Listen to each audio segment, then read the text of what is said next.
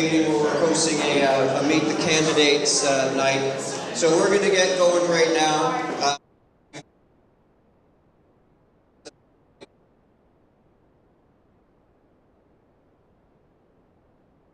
So we're going to go through a couple of our quick regular things.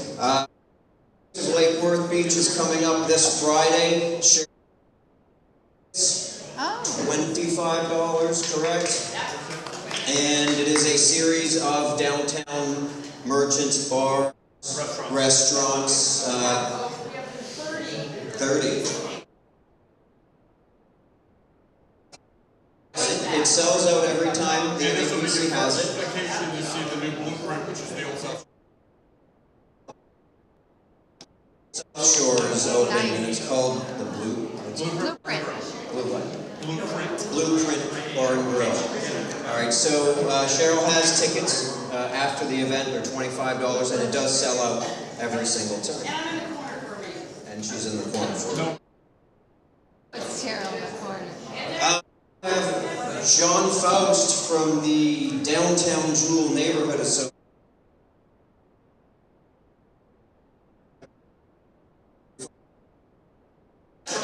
Tell us all about it, Mr. Faust. Okay, so everybody knows the famed Parrot Cove Home and Garden Tour. Of course, ours is debauched Home and Garden Tour. It's 9 holes of golf. It's a fundraiser for Downtown Jewel. It's quite successful. Tickets are going on sale probably next week. The taste tickets was so fast we didn't want to compete with it. So it's March 19th. It's going to start in front of Rudy's and in behind Rudy's.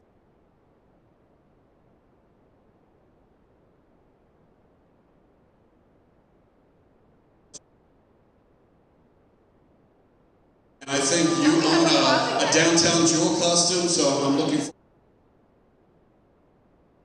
that's doing terrible things for the next.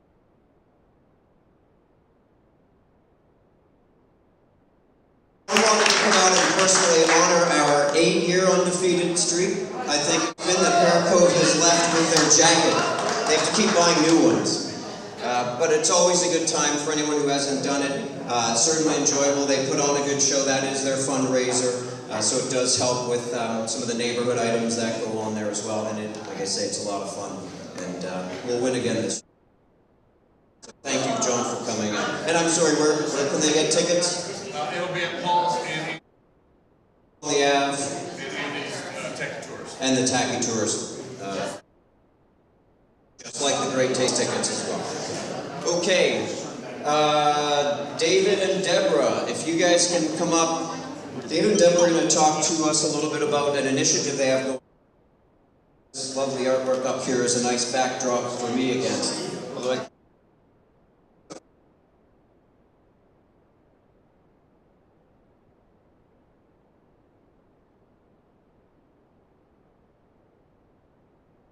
project here in Parrot Cove called Alley Art. It's Parrot. We developed a logo for it. Has anybody? A few people here have art right behind their houses. We put it on our fence. We've done our alley, and we'd love to see other alleys do the same. We cleaned up the alley. We picked up trash. We got rid of debris. Fences and took some weeds off, and about 16 pieces on our alley. We've got 3 on one other. We've had a lot of requests from other people, and we can't go any further, just the 2 of us. We need people to step up and do their alleys and maybe have captains or to expand the project. North Beach on the map, and maybe Dave can give a little background on how he makes the frames and what we do here.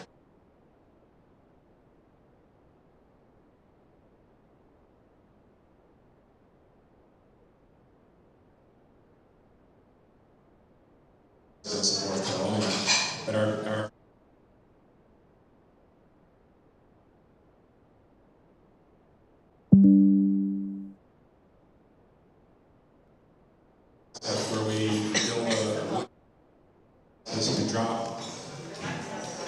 use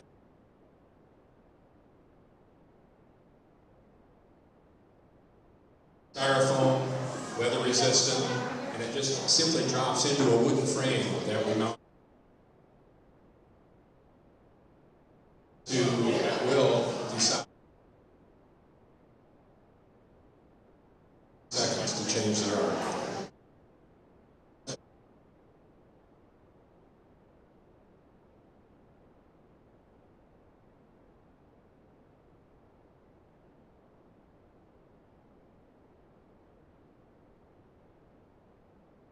Said they thought it was pretty cool, so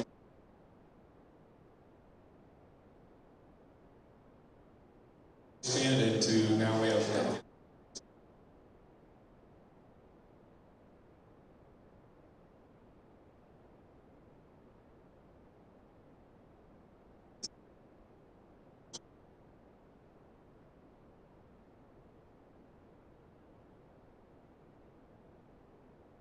the appearance of our city. We'd be glad to see how it's done, and I've got a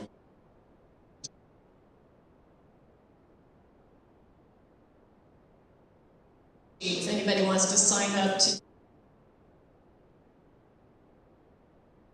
Alley, if you want to take a look at what we're doing, and you can contact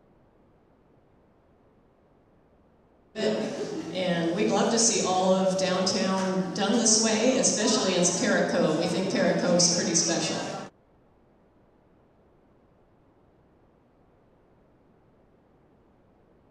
Sandra Edwards is a local.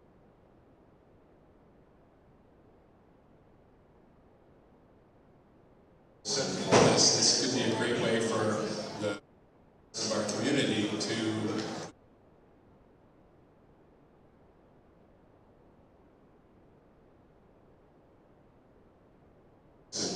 install these things. So.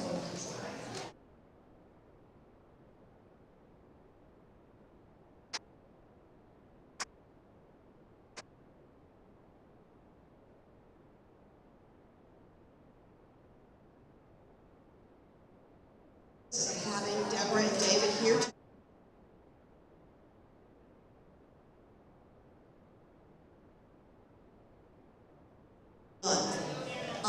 So if we can have a group of people who are interested, we can keep this going until they get back.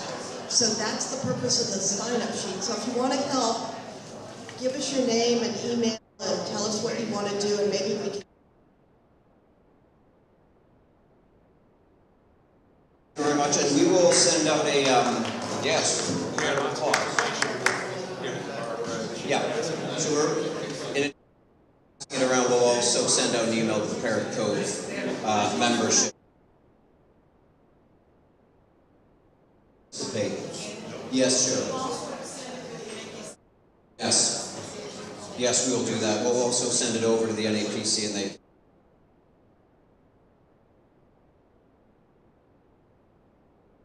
We're gonna get started. Thank you very much, everyone, for coming out. We certainly appreciate that. Pretty much every election cycle.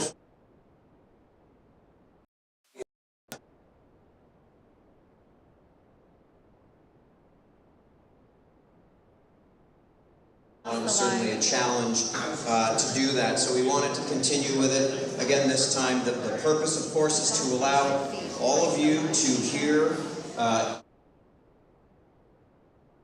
on topics that are of general interest to the Parrot Cove Neighborhood Association. I want to thank the folks from other neighborhood associations who've come on out as well. Everyone wanting to make definitely appreciated. So this time the election that we have going on is for District 4, so District Southeast quadrant of the city.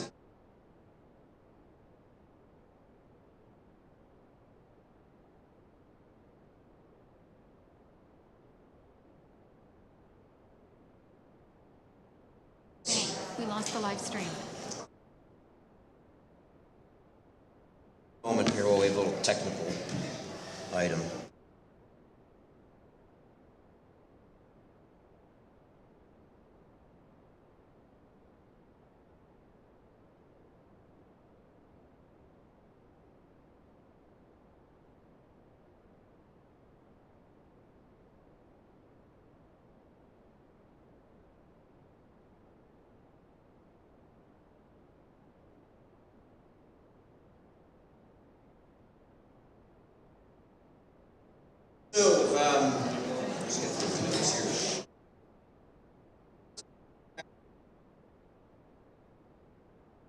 Ronald, if you can come on up. Daniel. And we were notified that Craig Frost was in the hospital, not able to be here. So, as we've done in the past, we gave him the opportunity to send a with that. So we have Lindy is going to be reading. Naturally, we wanted all candidates to be here.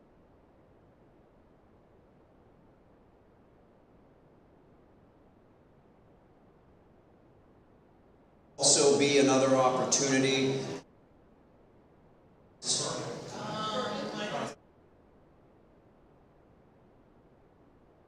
somewhere. Marshall, yell it out.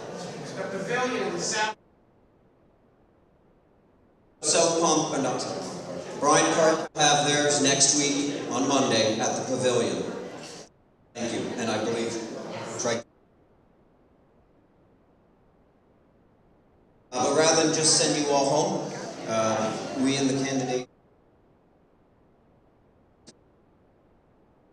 So that being said, the format's going to be pretty simple. This is not a presidential debate. We're not yelling at each other. We're here for people to learn a little bit about those that are running for office. That's why we call it a meet the candidates, not a beat the candidates. All right, it's just meant to be simple. So we're going to ask a series of questions, as I mentioned, that are of common interest to us here in Parrot Cove. We're going to let them answer them. So we're going to do first a 3-minute intro. We'll do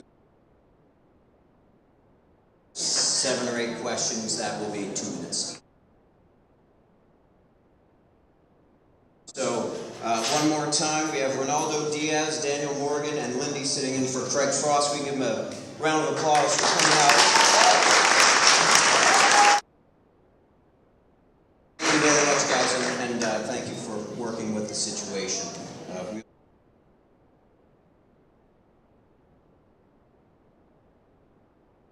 Okay, so we're going to start with our 3-minute introduction. So we're going to start with Ronaldo, and then go to Daniel, and then go to Lindy.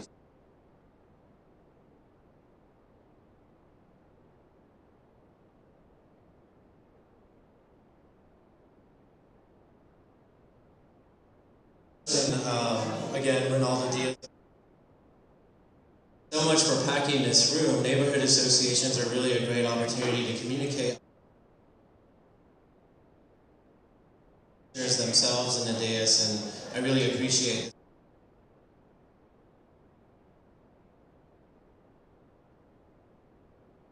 So that, we can have another opportunity to speak together again for everyone. Running because I'm at a good spot in my career where I can devote a lot of time to being a commissioner. I have some really good ideas, some really good plans.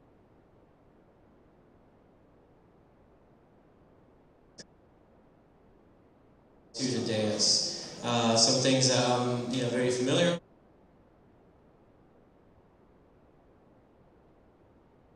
But I'm also very much into planning and redevelopment, because I look at a redevelopment boom.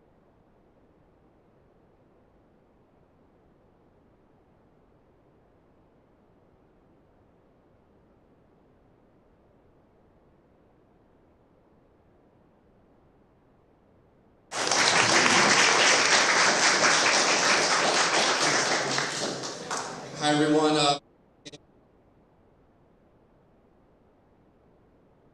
And when I first got here, I started working.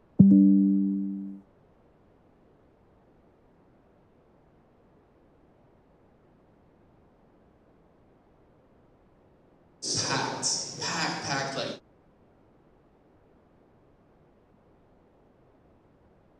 hot, and the kids were screaming, and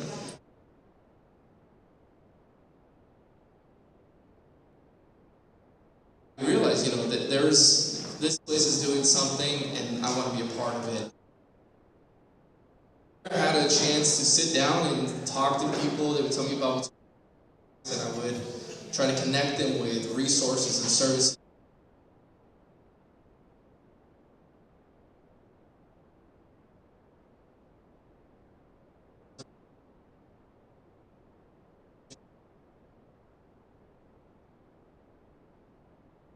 They helped produce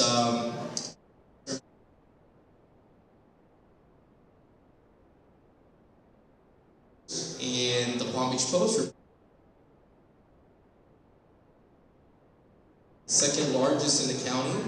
And in the Post, they said that a lot of it was coming from the Guatemalan community.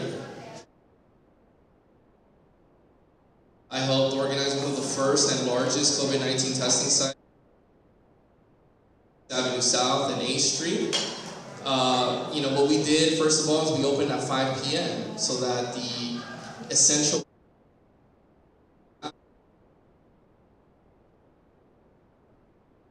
chance to get tested after work and not miss out on that day of work, which is so important to people. That type of insight and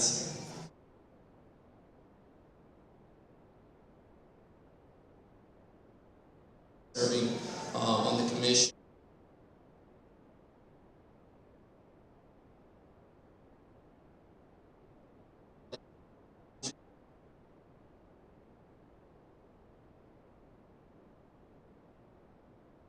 Using that reason alone, I decided to run for commission.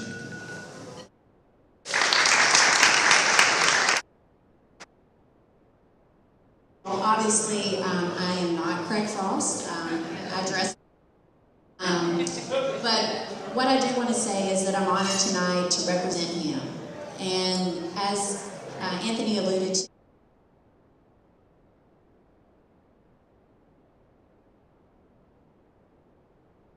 short hospital stay, but we want to assure you that he is fully dedicated to this campaign.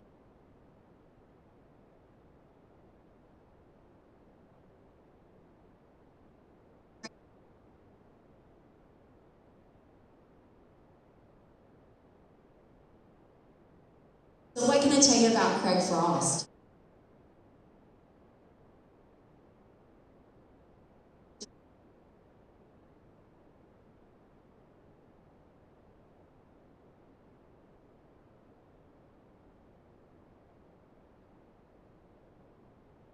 Craig's been a business owner in Lake Worth for 20 plus years in a building that his father worked in. He has been so involved to make sure that this city continues to grow and that we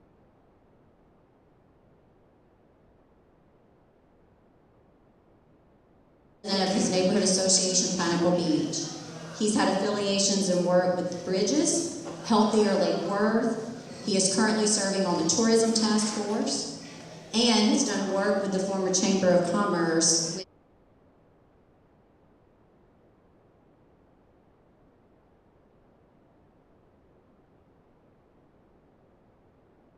So what are Craig's intentions for this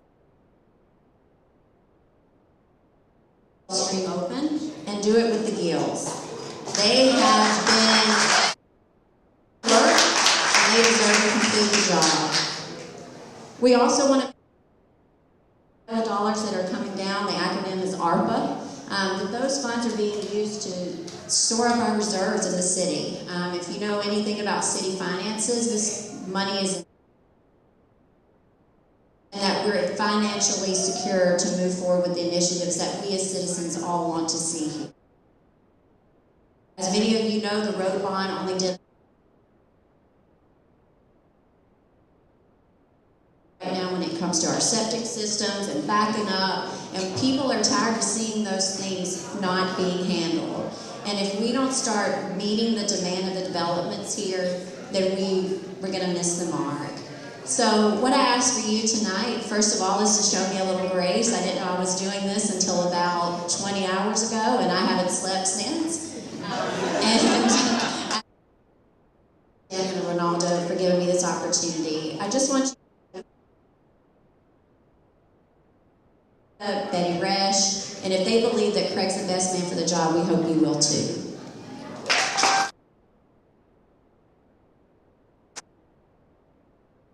Everybody, so being a neighborhood association,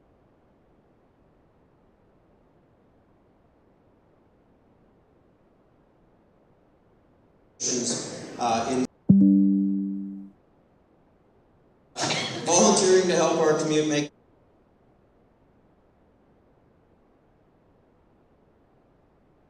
So first of all, just tell us which neighborhood association.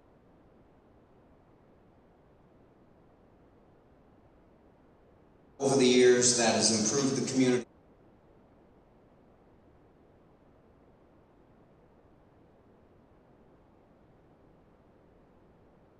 So I live on South. A lot of my volunteer work and activism in the community has been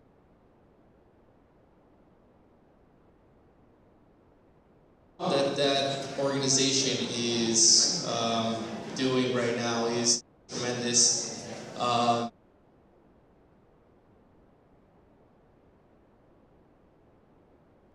In the morning to 5 p.m.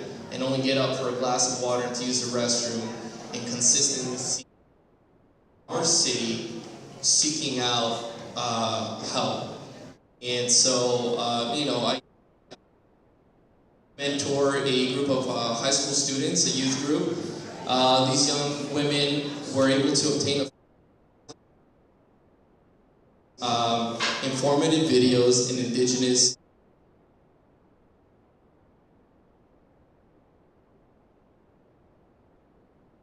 not even at the federal level they were doing. I mean, they were talking to people about space you're giving, things that for people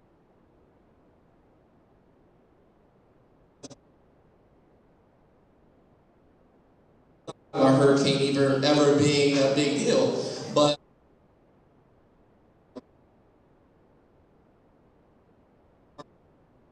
as to what to do. Now imagine an individual that literacy rate who do not speak English as their first language.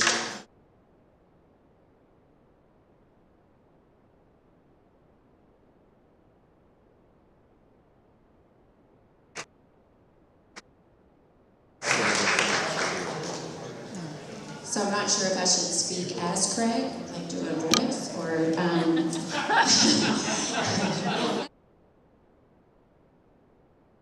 involved in Pineapple Beach Neighborhood Association almost for 10 years. This is an area, this corridor of Lake Worth that deals with a lot of the same issues that Daniel talks about. You have a community there that is not always represented or not always involved, and so he felt it was important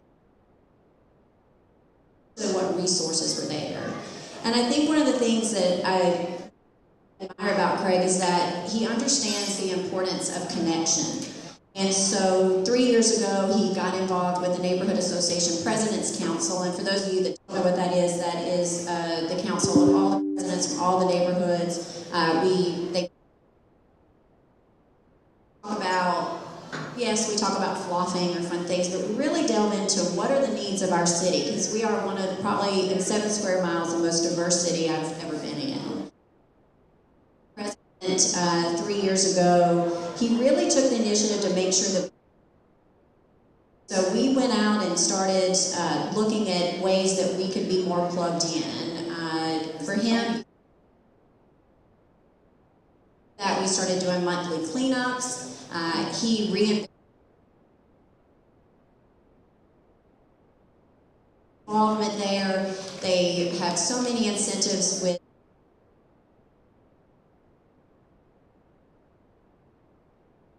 that we donate all the funds to directly to each school here in Lake Worth Beach during the.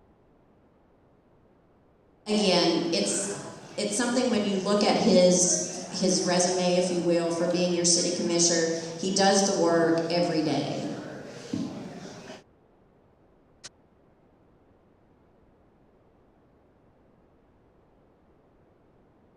South J and 6.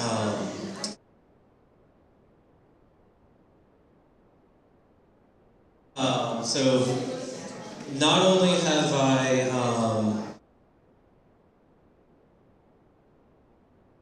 a lot of chatter in my ear right now. It's something that's been in my family really deep. Siblings really have devoted our lives to public service. My sister started with Habitat for Humanity, for example. And even myself, we've, Great opportunity. Both my parents are immigrants.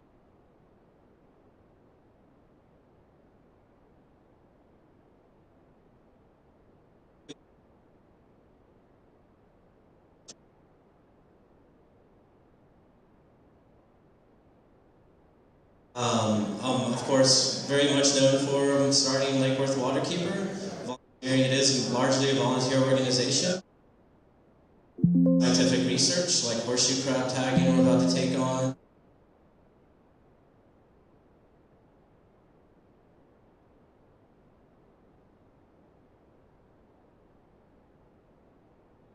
From, 5 years old all the way up to postgraduate. And we is a really important project that we did related to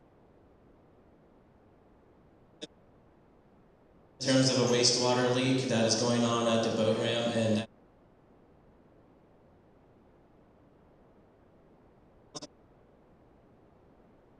so that I've thoroughly enjoyed to give opportunities.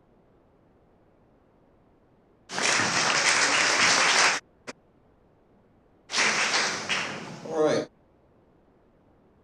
Gulfstream.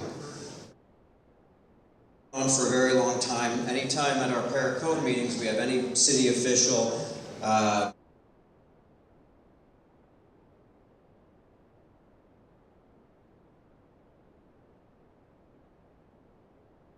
height needed for the second building so the project can move forward. What will you do to see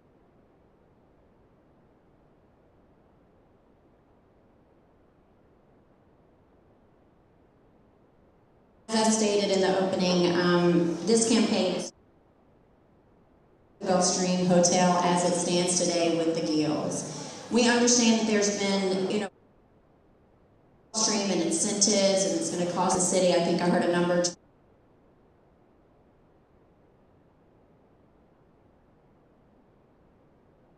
The city, I believe the number is around $1 million, and then the CRA put in $1.5 million.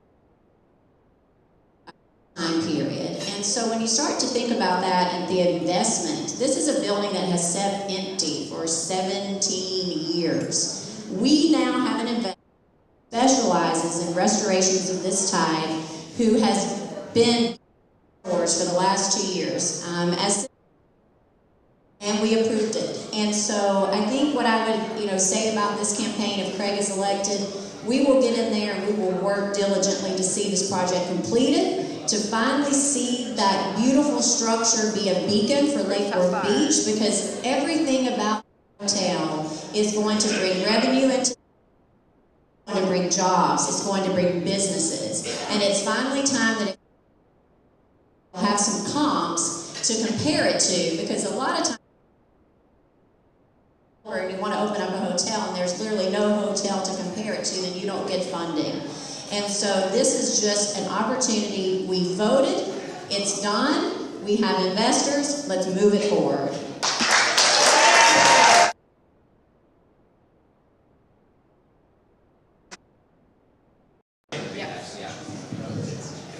Yeah, totally agree. 100% for the renovation of the historic Gulfstream. That really needs to get going, and it's really exciting to see the progress that's been happening. The permits are on the wall in the city building, in the building department, and looking forward to seeing the designs and the things that come through and getting that going. My understanding is the Gills are looking at renovating the hotel first and focusing on that before the second building, which is I'm 100% for. I think that is the way to go, because 17 years, that's almost half of my life that building has been closed, and it really is an eyesore and an embarrassment for a city to not be able to have such a wonderful public asset not available and open for our local economy. And I think there's really ways of addressing some concerns that are out there. Like, one concern I have is sea level rise, of course. NOAA, National Oceanographic, National Ocean and Atmospheric Administration just recently published a report that said Florida is going to face 100 years of sea level rise within the next 30 years. And I've already seen that in my work as a waterkeeper. I personally metered the water coming through the storm grates in that intersection at the base of the bridge, and within minutes it goes from freshwater to the same salinity as the lagoon. And that can wreak havoc on underground infrastructure. And we really need to be prepared to address that. And I think there's a lot of opportunity out there.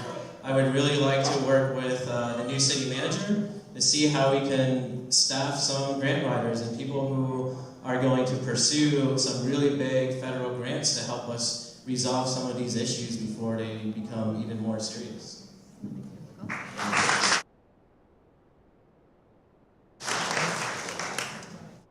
So I would just like to reiterate and state again that I do fully support the Gulf Stream project and the plans set forth by Restoration St. Louis. The thing is, though, that not everything is always just as simple as saying I % back it and don't, especially for a commissioner, right? Because there's a lot of details and a lot of vagueness still from the proposal. Support clearly, and I want to be very clear because in the Herald they wrote that I didn't support it, and I don't know where they got that from. It definitely wasn't from the debate, or it might have been from that gentleman's dreams. But I do support the second building, the same height with the attached parking garage. I believe the project is worth the 10-year tax break that it's receiving. I believe it's worth the fact that we will help them renovate the streets and sidewalks at the Gulf Stream, and also plant their electric cables, right? Support towards the Gulf Stream. That's like the details of it, right? But there's something such as, and plus a $200,000 check that we're giving them from the utilities, amongst other things. But they haven't been clear on what they want exactly at the beach. They have stated that they want some type of exposure at the beach. What does that mean, right? I personally, before you, I can say that I don't feel very comfortable with a chunk of our beach having the Gulf Stream logo on it. I think the good thing is, and so how could anybody come up to you and tell you that 100% supported? They're doing you an injustice, honestly. And we should expect more from our potential commissioner.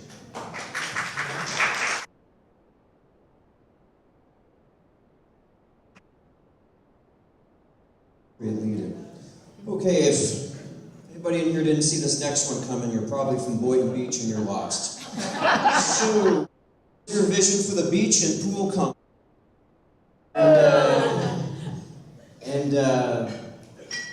Sorry, I had to end this one. And should or how can it be funded? Thank you. So your vision and how it should and could be funded.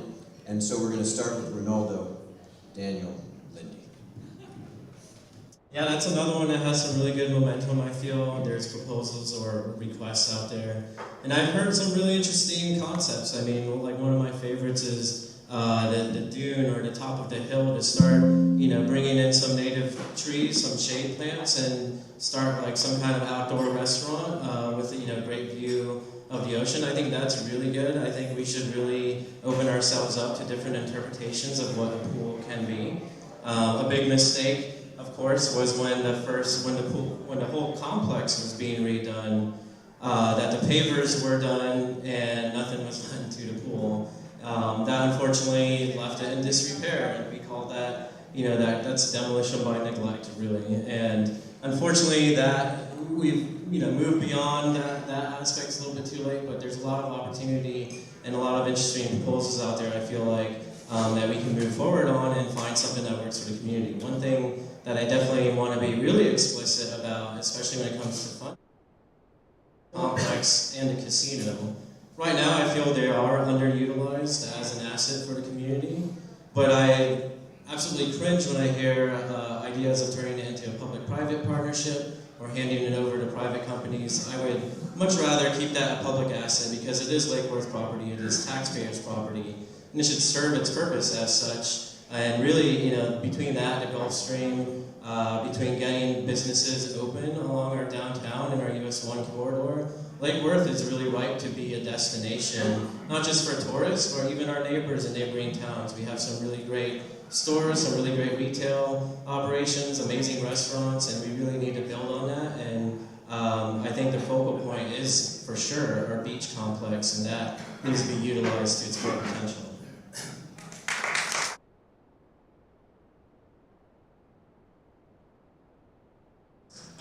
After knocking on doors since like the beginning of January, I have landed on what I believe and what I would support at the beach complex. I want our city to purchase the best pool we can with the $4.5-ish million that the previous commission, the penny sales tax money. And after that, there is no more penny sales tax money for anything else. 4.5, if, you know, in this economy, who knows? And try to get a little bit more to get a project, but I want to get the best project possible, the best pool possible for $4.5 million, and I want to take out the things that we have up on the second level, move that, and bring a business in there to do something lovely with it. That's my vision for the beach complex.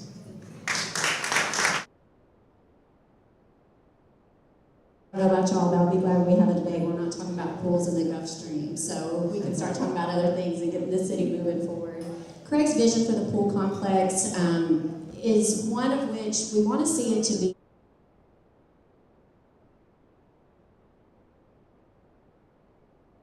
because right now that complex is being so underutilized. We have spaces up there that are being used for storage for the lifeguards that could be a beautiful waterfront dining facility. And as a local, Craig doesn't want to see us lose the charm and space at the beach complex, but the reality is that is something that's going to drive so much more into this city. We would love to see some form of a pool up. Make it be tied to something that's a destination that people want to come to and not just for swimming laps. Maybe we could look at a community pool in another part of Lake Worth Beach. That discussion's been kicked around for a while, but really take something to look at where is the money coming from to fund it. And the reality is it's public-private partnerships. We are never going to understand fully.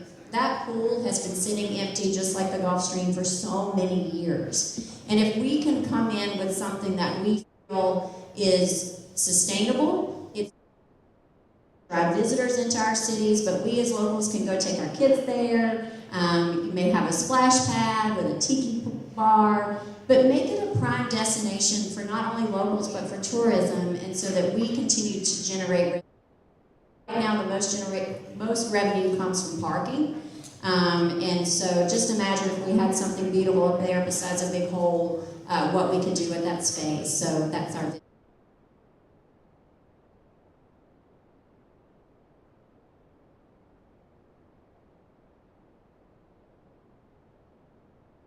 All right, vacation rentals, commonly called Airbnbs or VRBO, as we know. There are a number of these within Parrot Cove. Some feel these are homes and owners who positively contribute to the city by having a motivation to keep them in good shape and be good neighbors, while putting upward pressure on values to contribute to our much-needed tax base and add to the tourism. Others feel they are a nuisance with absentee owners who detract from the community. Question: can and should Lake Worth Beach regulate vacation rentals? Yes or no, and expand on why, please. And we are going to start with Daniel and go to Lindy and then Renell. The question should be, yes, absolutely. Can we? We have to work within the limitations set forth by the state, right? But walking up and down the streets, one of the major concerns about Airbnbs, from what I've heard, is that we have owners who don't live here who are trying to maximize profit and just turning these single-family homes into multi-family homes, trying to the garage without pulling proper permits. You know, and some of these garages that are not supposed to be little houses. You know, what if we have a flooding situation? I mean, these garages are built lower, and it's just irresponsible. And I believe our code enforcement needs to prioritize.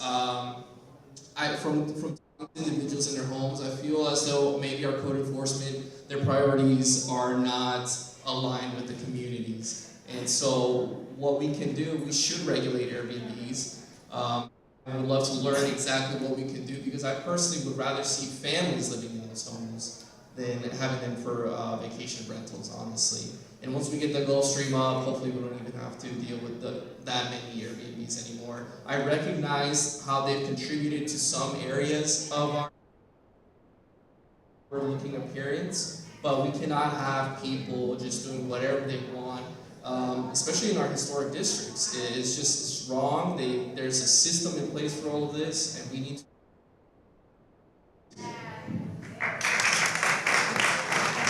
I completely agree. Has come up so much because they're changing the faces of our neighborhoods.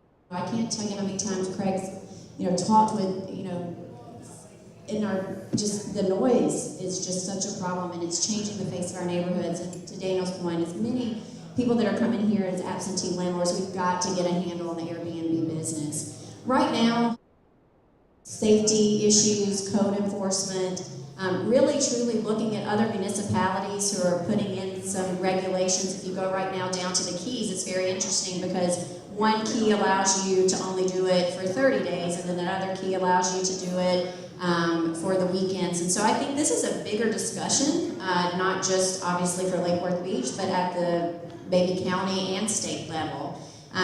If we don't get a handle on how many licenses are different, currently right now they're not even legal in Lake Worth Beach.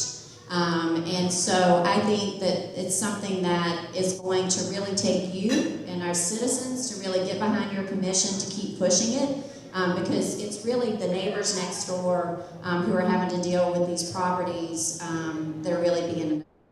So Craig wants to continue to look at what legally we can do to regulate them, because the state puts a lot of regulations on what you can't do with them. But I want you to know it's a top priority for him, because being so devoted to his neighborhood, this is definitely something that we as a community got to get a handle on.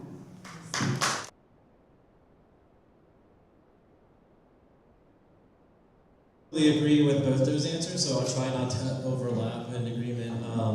It definitely need to be regulated. I think there is a question out there we often hear, whether from staff or from people around town, that point out that short-term rentals are illegal in Lake Worth. I think that question is debatable, and it's actually better served for our purpose that they're not illegal, and I'll explain why. It's simple. You can't regulate an illegal industry. So if that is a question, it hasn't been challenged in court that I'm aware of, we should definitely look at clearing up those ordinances or whatever it may be to make them legal, and then the city should entirely come up with a plan to regulate, because the noise, some of them become party properties, and that's definitely a major issue for neighborhoods. The character, the quality of life of our neighborhoods get drawn down when there's too much of that, and that leads to the other issue. And honestly, by far the biggest complaint that I get from neighbors, especially knocking on doors or just in general, is the selective code enforcement. And people will be cited for having 2 palm fronds in their driveway a day early,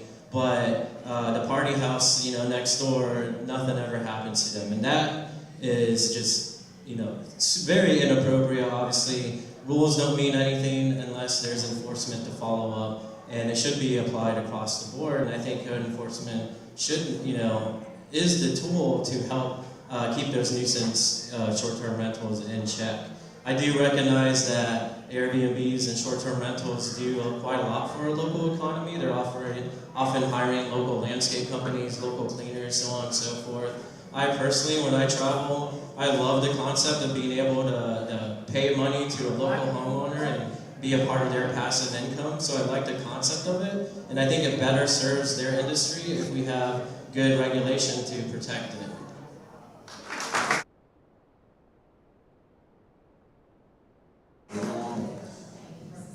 So tell us what you want the $20 million ARPA funds to be used for. And this one we're going to start with Lindy Ronaldo.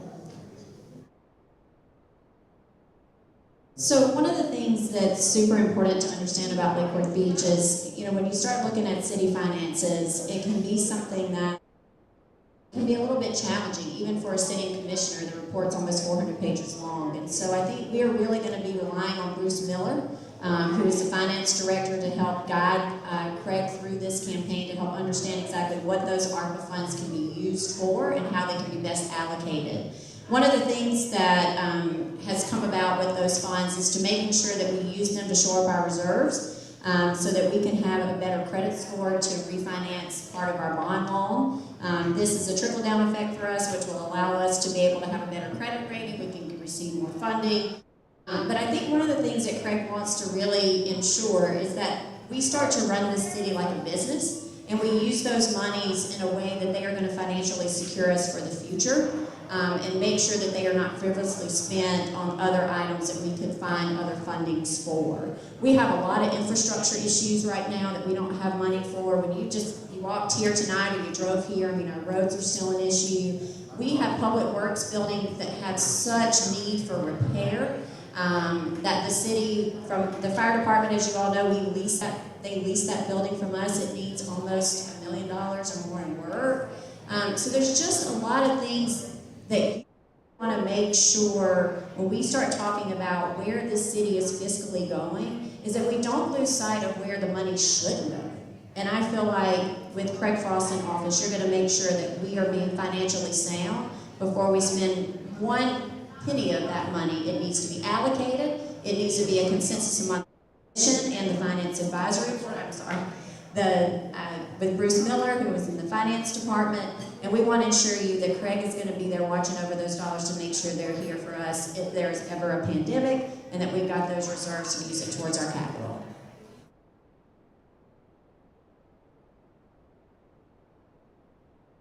Yeah, I mean, we really got to account for every cent that comes in and goes out. They need to be accounted for, and I think a really big part of that is the finance department, really should be more transparent. And I would love to see regular reports. This is something that other municipalities do, like whether they think of almost like a newsletter, kind of accounting for what's coming in and what's going out, so that citizens and voters can be, more involved and more aware of where this money is being spent.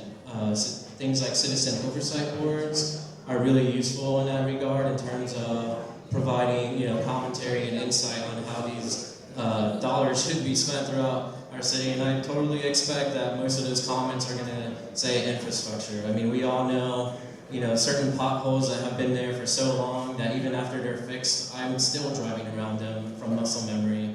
Our electric grid, Mr. Liberty, in recent meeting has pointed out that after a decade or two of almost neglect, that they're trying to play catch up. And although I think we're right on schedule to meet that 2035 goal of carbon emissions, I think we can really exceed that because Lake Worth really is set up in a way that our infrastructure can be really efficient and effectively redeveloped. We're grid streets, we're set up for transit-oriented development. We have the great framework and the blueprint to really spend these dollars effectively. I think Lake Worth has really taken some really great steps to put us on track. If you read the annual report, they are very proudly claiming and pointing out that all of the city's debts have been refinanced mostly to historic low interest rates. I think that is a great step to put us on track. I think, like I mentioned before, we should also really dedicate some money to a couple staff members to pursue large grants from federal government. There's, DOT, EPA, all these agencies have money available to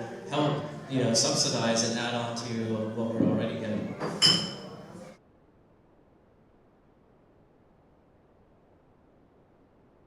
One of the things about growing up is you find out $100, $1,000, 10 G's doesn't get you as far as you thought when you were little, right? The 19-20 million ARPA money, the vast majority of it is going to go towards addressing flooding in our city. The vast addressing flooding in our city. I don't believe that there is any clause that would allow us to shore up our balance sheets.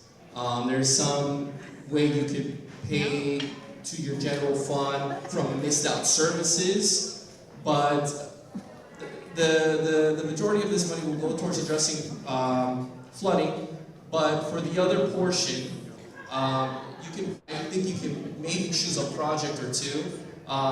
What I propose when I knock on people's doors, my number one thing is crisis intervention team. This is a team that would handle non-violent 911 calls in our city, send out a team of professionals, either an EMT type trained individual or a mental health worker to arrive at the scene and refer individuals for professional services. Another tool in our toolbox to address public safety, things that aren't resolved just from policing alone, such as prostitution, substance abuse, alcoholism, homelessness, right?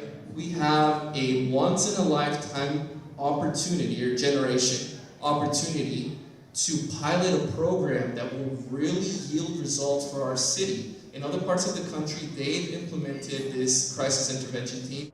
In Eugene, Oregon, they gave the grants to a clinic with $3 million, $90 million police budget. Imagine what we can do here in our city to address public safety.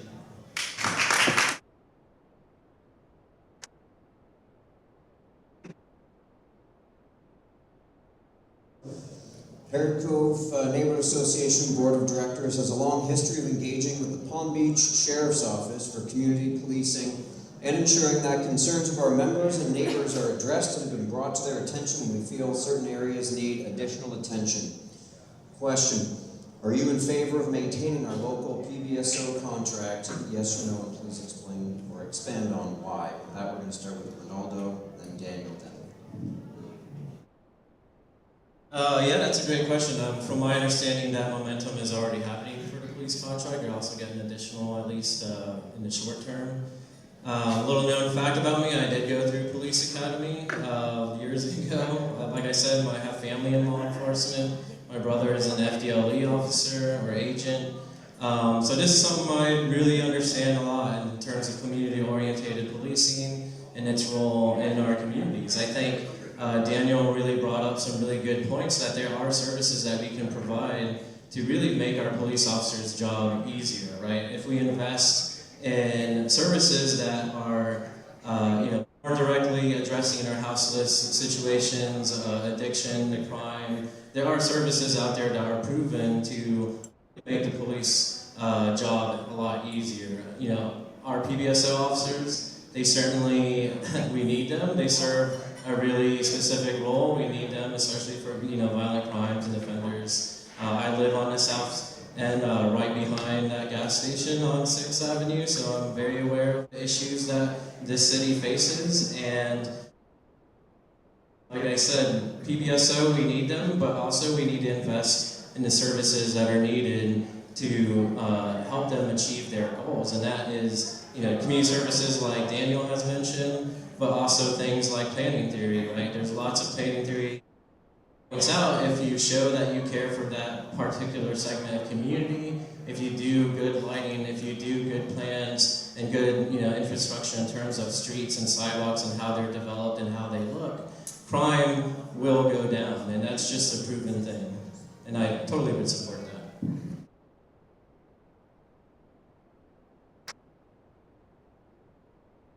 Yeah, I completely support the Sheriff's Department, and I believe the City of Lake Worth, the residents do too. I knock on doors and tell me that they've seen a night and day difference from what we had before to what we have now. And so I completely support the sheriffs. I believe that the captain assigned to our city, Captain Bayer, supports a initiative that would address nonviolent crime in our city.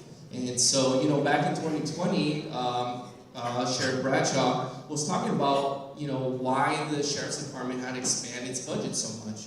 He pointed out to 1.5 million service calls as a reason why. Now imagine if we had an in-home team dedicated to taking some of those calls, taking some of the load off the hard-working police officers trying to keep us safe so they can do what they do best, which is address violent crime. And at the same time, we can connect individuals with services that could really make a difference in their lives.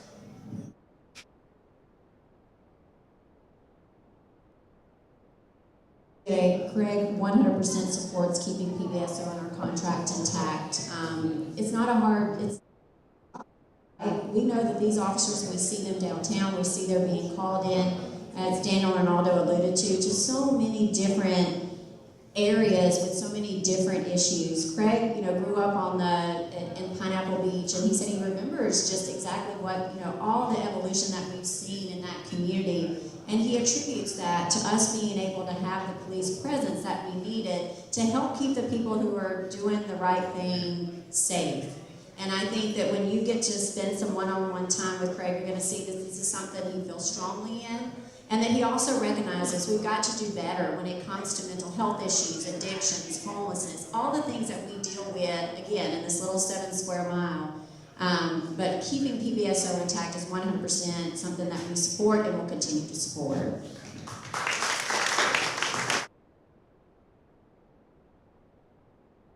Okay, it's been said for years that Lake Worth Beach is a low but increasing tax base, and it must be improved upon. An important key to the city's financial viability is to attract new residents and families with disposable income, to increase property values, purchase new homes that may be built, rent the market rate apartments such as the mid, and pay the utilities that subsidize our operating funds, our citywide and downtown merchants. The question, what do you feel is the best approach to attract this important market segment? We're going to start with Daniel, Lindy.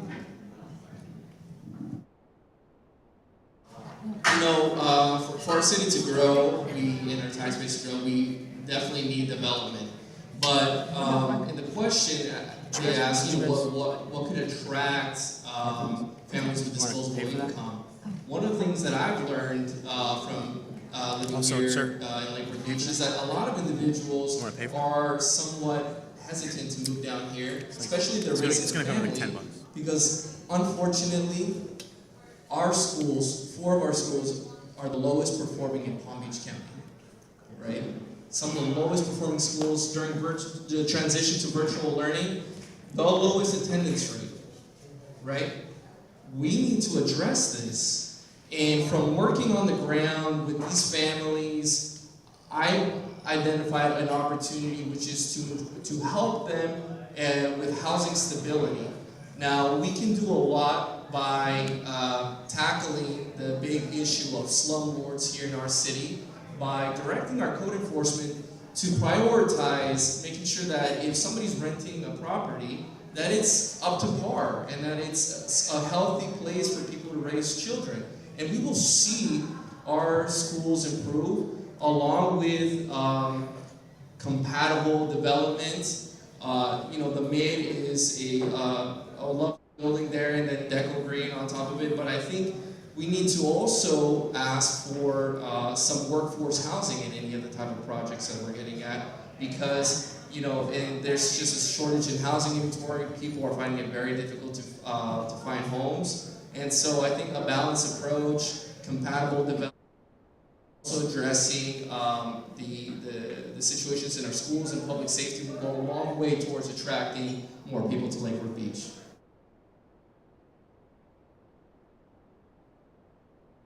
Greg is married to an educator. He put his daughter through public elementary school here, and so this is something that Daniel touched on. That yes, we do have issues when people may Google our school system. The reality is there's some amazing programs that are going on right here in Lake Worth Beach that we're not utilizing and talking about. Highland Elementary, North Grade is one of the most prominent elementary schools for dual language, and so I think you got to have a conversation about how do you grow Lake Worth. And you got to be mindful, right? Because what we want to see in terms of a tax base is going to vary.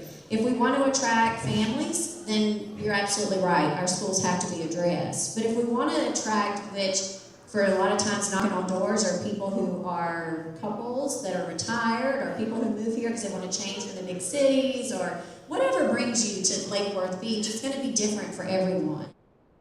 This campaign, one of the things that we really want to happen is making sure that we are promoting all the good things that we have, and that stems from him being on the tourism task force. We've got to promote our city better to get people here. We are never going, this city should never be taking on Palm Beach County affordable. We should be sharing in that because it's an issue not only here but all over, and it's just continuing to change with this current housing market that we're seeing right now, which is unlike anything most of us have ever seen. But if we are going to attract people here, We got to promote ourselves. We got to stop talking about things that we don't want.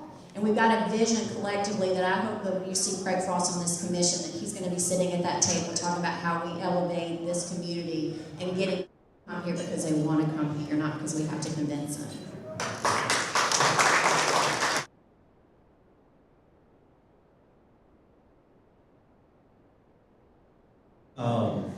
Want to echo that. We got to attract people to come here and to invest in our properties. That's both commercial and residential, of course. And that goes to two of the top issues that I hear from residents. Again, code enforcement is probably at the top of that list. And I would love to see the city move away from what we call punitive code enforcement and move it towards compliance. Because a lot of the residents that I see around, they want to do better. They might have a leaky roof, but it's usually because they're senior, they're on a fixed income, and attaching a $8,000 lien on their house is not going to help them come into compliance. So the city, really needs to work with the code enforcement to make it more fair, to make it more of a service to help people come into compliance, and we should have services available to help these people come into compliance. Some of these already exist, right? The county, for example, if your house is not painted, the county has a program where you can sign up to get free paint and improve your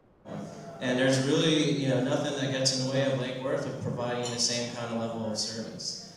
Speaking of service, the number 2 complaint, very close second, would be how the building department is not providing really good, if any, customer service to somebody who does buy a property, wants to improve it. Often that permitting process is taking months, and even when they have a leaky roof and they're saying, hey, water's coming in like on the daily, can I get this permit next week? And our building department, unfortunately, doesn't really have the staff to do that. So, we're looking at 4-month response times, and we can do better, and that slow process really pushes investors and homeowners away from the city.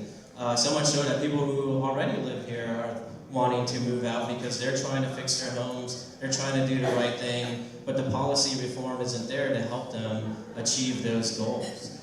So policy reform on building, and also investing our fees, our building fees and developers fees to hire the staff and the planning department, the building department that most municipalities have, so that they can address these customer service complaints. This isn't, I want everyone to understand, this isn't limited to Lake Worth. This is definitely a nationwide problem where government jobs are being lost to the private sector, and we really got to invest into our public jobs to make it competitive and attract the talent who are really going to bring customer service back to the town.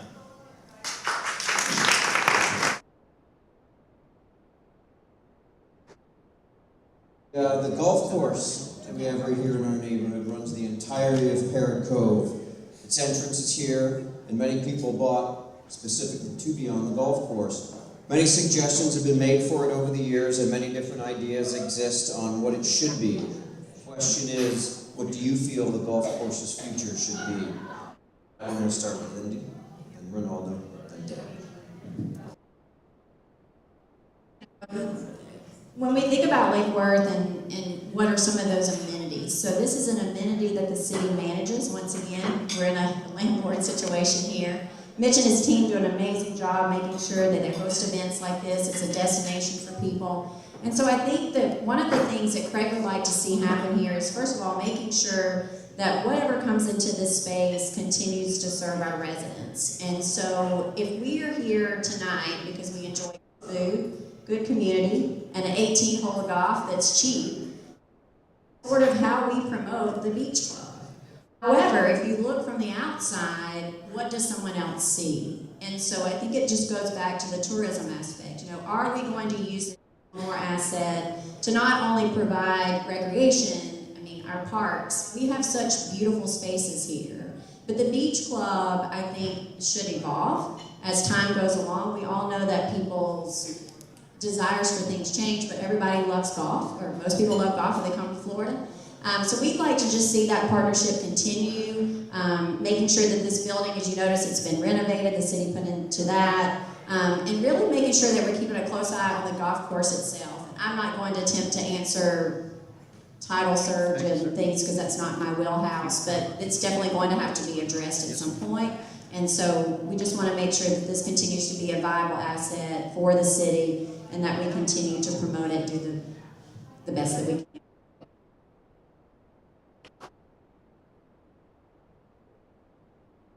One of my favorite things about Lake Worth is that we have a really large amount of public property. It's devoted to public use and it is right on the lagoon. That doesn't happen anywhere else in Florida. Like, you know, these properties are usually first on the chopping block to be sold to major developments and big housing projects. I can absolutely tell you I would be totally against that. That's not an option. There's a lot of room for improvement for sure, not just in the golf course, but Bryant Park as well. Bryant Park, I think, is very much underutilized. The golf course is a really great community asset. There's been a lot of improvement over the years. Right behind us, famously, Snook Islands is a really great example of a partnership between Lake Worth, you know, Palm Beach County, and others to get together, you know, put those minds together to come up with a plan that's something that's really going to benefit this property as a public asset. And there's so many more avenues for similar things like that. Snook Islands, I know it wasn't tremendously popular when it was first proposed, but now that it's in place, I think nearly everyone recognizes that it was a tremendous improvement and something that could make it, you know, a destination. I think this club, obviously it's used very well. We're here right now, and the food is really good. It's a really good business. We've used it a lot. We've had events here with Lake Worth Waterkeeper when we do shoreline maintenance for the county. I have a really good relationship with the county already, at least with their office. And there's so many avenues of, you know, improving the use of these facilities and the use of Bryant Park as well, and maintain them as a public asset that's going to attract people here, which, you know, most importantly, indirectly, means they're also going to wander our downtown and spend money in our local economy.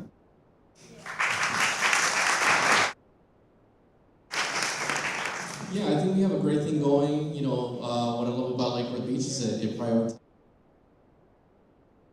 I would like to see and hear from residents, find out how we can get more people engaged here at our golf course. You know, maybe a youth program over here, something like that, you know, so that we can all really build our sense of community and all really enjoy our public amenities. So I just want to keep it going, and when there is opportunities to invest in our public spaces, I think we should totally do that, and hopefully moving forward, we always have that mentality of prioritizing our residents.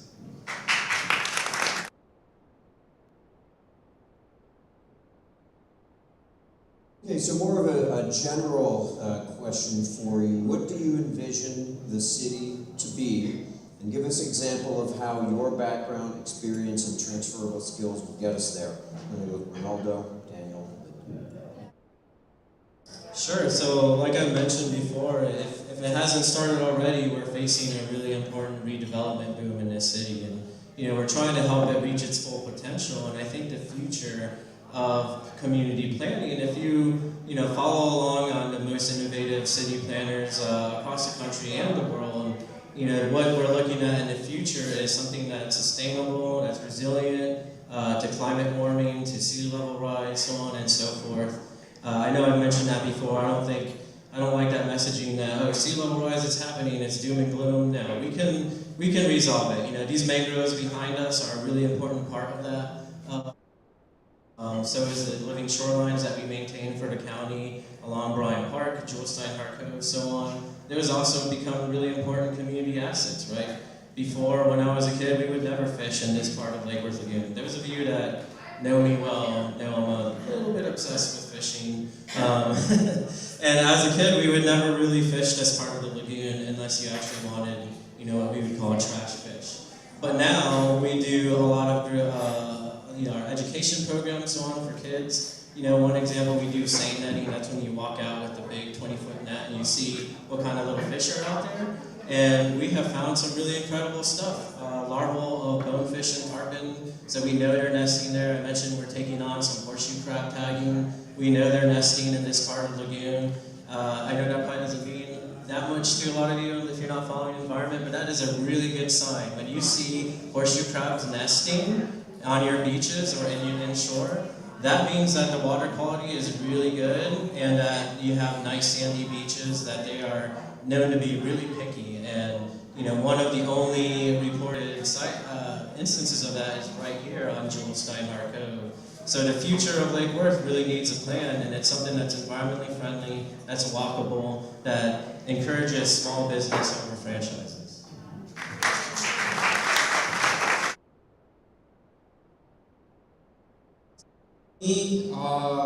I really see Lake Worth Beach being a city that has fully embraced its diversity, that has done everything to take advantage of the situation that it's in, being home to people from all over their own countries, couldn't set down roots and moved here, find themselves here, and now form a part of our community. I see Lake Worth Beach showcasing the cuisines of different parts of Latin America and the Caribbean and other parts of the world. I see us going downtown, restaurant, and visiting every single continent while we're down there, joining together in a sense of community and getting to know each other and hearing different perspectives. And, I see this place being a melting and that of a place that really has prioritized its residents, that has decided to take it upon itself to ensure the safety and the stability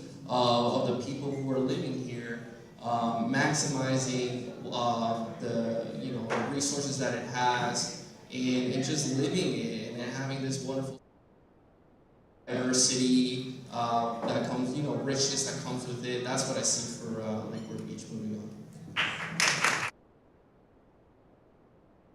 When I talked to Craig about, why are you running? What is it about, taking time away from your family, from your business that makes you want to be a city commissioner? He talks about how much he is so proud to see this city today as a lifelong resident here. He's just watched, how we've been able to bring in sustainable development, but he also recognizes that at some point, you are going to have to bring in housing. You're going to have to talk about parking downtown. You're going to have to talk about private-public partnerships up at the beach if we're ever going to move this city forward. And I think that once we start to envision a city that, yes, we want to recognize that we are very diverse here. And I think when you start to think about the magnitude of trying to put all of that together, there's not a lot of us that even know where to start. And I think for Craig, as a long-term resident, watching how we're starting to grow, watching his own neighborhood change in dynamics, he said, I want to continue to see that progress, and that's why I'm running for District 4.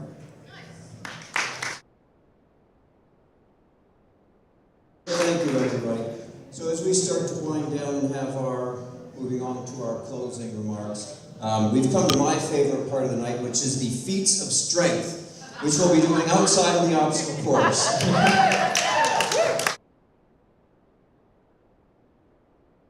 On shoes, we brought some for you guys. All right, so closing remarks. Thank you very much for answering all the questions. Very insightful information. So moving along to the closing, 3 minutes. You'll get a little warning with 30 seconds left. So with that, we're going to go Daniel, Lindy, or no. Thank you for taking the time to come down here and getting involved and being engaged.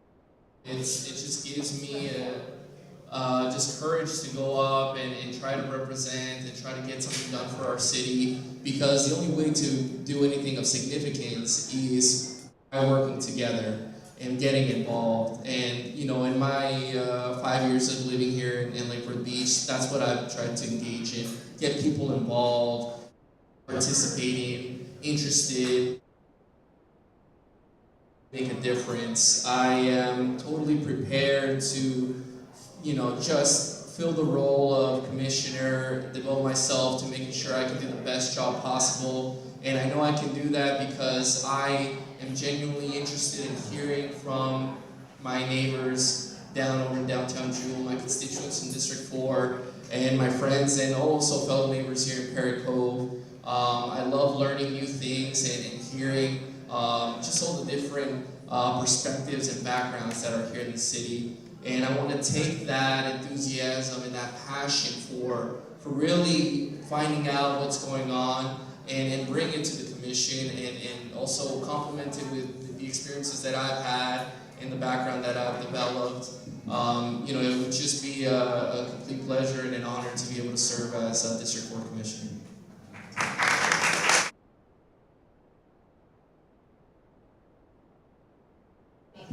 Daniel, Lindy, Ronaldo. Well, first of all, thank you so much for allowing me to be here tonight. It's kind of hard to talk with thinking how Craig would think, but I hope I've represented him well. So if I leave you with anything tonight, if you want to know why you should vote for Craig Frost, it's because he walks the walk and he talks the talk. He's invested here, he's a homeowner here, he wants to represent you in the best possible manner. He's got the best interests of the city at heart because he lives here and he's lived here for a very long time.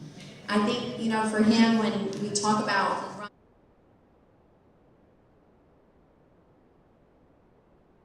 chance to interact with Craig, I hope that you'll take the opportunity to do that. We want to see Lake Worth continue to move forward. We understand that all of our vision may be a little differently. To work with this commission that we can finally see a consensus to continue.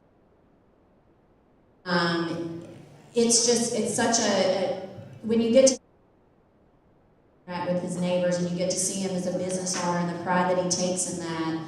He's also a registered super voter, and I don't know if any of you know what that means, but that means that he is, you know, voted in every pretty much municipal election, and that's just something our other two candidates can't say. And so I just want you to know tonight that we are dedicated to moving forward this community, and we would so appreciate your vote on March the 8th. And if you have any questions for Craig that I did not answer for you tonight, I will give you his cell phone number, his Facebook page, whatever we can do for you to get in touch with him. Thank you so much.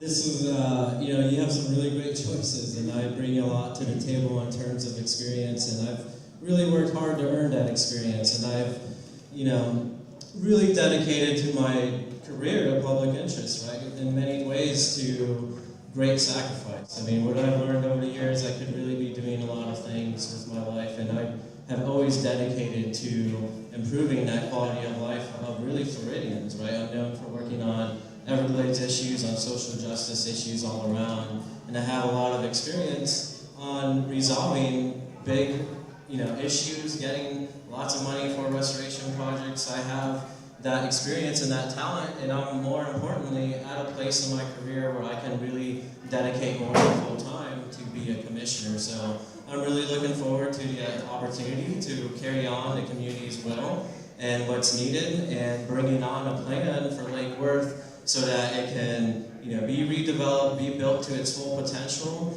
Full potential meaning what's best.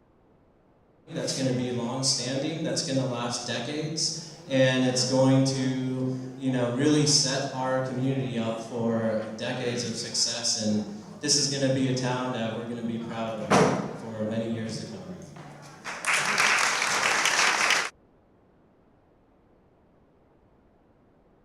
Very much, candidates. Before we wrap things up, I believe I want to recognize Commissioner Kim Stokes and Commissioner Chris McVoy. I saw in the back, so thank you to our two elected officials for showing up here tonight, giving up watching something on streaming, so thanks for coming out.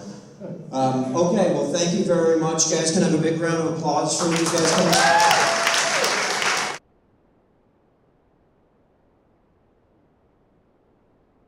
I always say we have tremendous respect for anybody who's willing to put themselves out there, take the beatings, give up their time. So thank you to all of you. Thank you to Craig, who's not here. I guess he got a real beating since he ended up in the hospital on that as well. But Thank you again, and the candidates will be around afterwards if anybody wants to ask some questions or pick up some material. So thank you everybody for coming out and spending your night with us. Oh wait, and tickets. And tickets for sale over here. Thank you. Alleyway. Yeah, alleyway art. Alleyway art. Yeah. And sign up at the alleyway art. Sorry for that. Sorry for that. I think they got it.